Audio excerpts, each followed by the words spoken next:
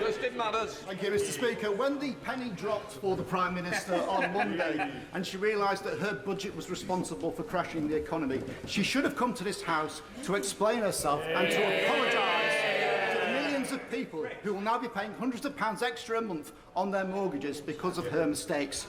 But now she's here, can she tell us, given the absolute chaos her government has created, why the Chancellor lost his job but she kept hers? Thank you very much, Mr. Speaker. It took just 5 working days for the Prime Minister to crash the pound, damage pension funds and send people's mortgage costs spiralling. Her new Chancellor may have reversed almost all of her policies, but the damage has been done and we now face yet another round of Tory cuts and austerity. So I'd like to ask the Prime Minister and those sitting behind her, why is she still at the dispatch box? And when will voters get their say on this disastrous government? Mr. Speaker, we understand that this afternoon's vote on fracking is deemed a confidence vote in the Prime Minister. Can she give us any reason why her own backbenchers or anyone in this country can have confidence in her after her policies have caused chaos in the markets and wrecked the economy? Thank you, Mr. Speaker. Mr. Speaker, like the public at large, I've supported the government in terms of the actions it has taken to support Ukraine, not least because of what's at stake there. But right now, in order to maintain that support, as the public deals with rising prices, inflation, mortgage costs and much else, Ukraine fatigue is a real and present danger.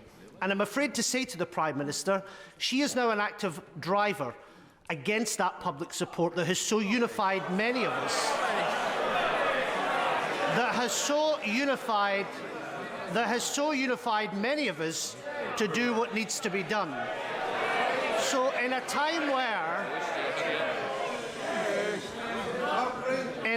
where resolve in support of Ukraine needs to be steeled, will she make sure that she commits from the dispatch box that the economic and military and political support won't be another casualty under this Prime Minister? Thank you, Mr. Speaker. Privatisation does not work. It doesn't work for our NHS. We have another Amber Alert in the NHS Blood Service, a service that this week's Chancellor sold when he was Health Secretary. And it doesn't work for our Postal Service, with Royal Mail Group taking £758 million in profit last year, yet our universal service obligation is at risk.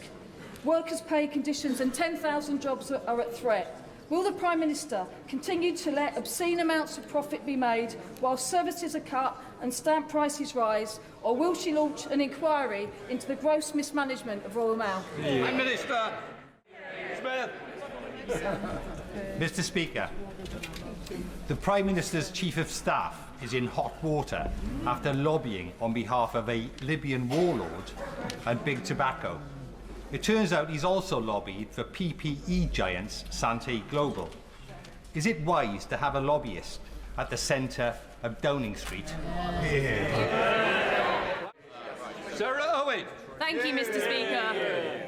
The last Tory Prime Minister was forced out after a series of dodgy dealings and failing to take responsibility for any of it. So what's this Prime Minister getting the boot for? Her plan that crashed the economy, forcing fracking on communities who don't want it, or will she do the decent thing and go and call a general election? Since the mini-budget, thousands of my constituents have been in mental anguish and despair. I recognise that the Honourable Lady has faced a week of mental anguish and despair herself.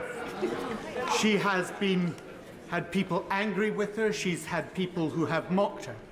But having had that experience, what will she now do to improve the healthcare, the mental health care for people in this country, so that the anguish that they face in the coming months is properly responded to and dealt with? Thank you, Mr. Speaker. It's always better to see a Prime Minister at her desk rather than underneath it. And now that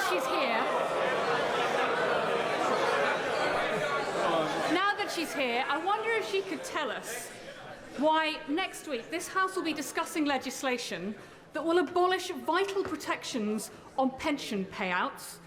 It will abolish our right to watch the Olympics free of charge and airline consumer laws. How is any of the retained law bill in the British interest?